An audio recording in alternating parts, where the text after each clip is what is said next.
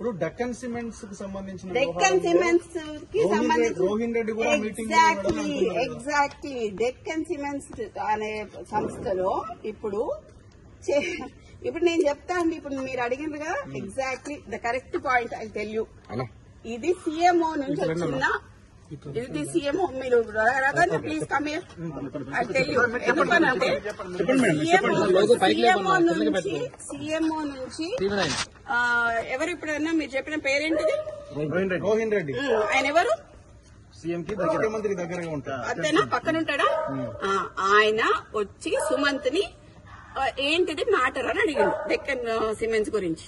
అడిగితే రోహిన్ రెడ్డి ఆఫీస్ లా సుమంత్ రోహిన్ రెడ్డి కలిసి కూర్చొని మాట్లాడి డెక్కన్ సిమెంట్స్ వాళ్ళతో మాట్లాడిండ్రు. దాన్ని బెదిరించుడు అన్నారు.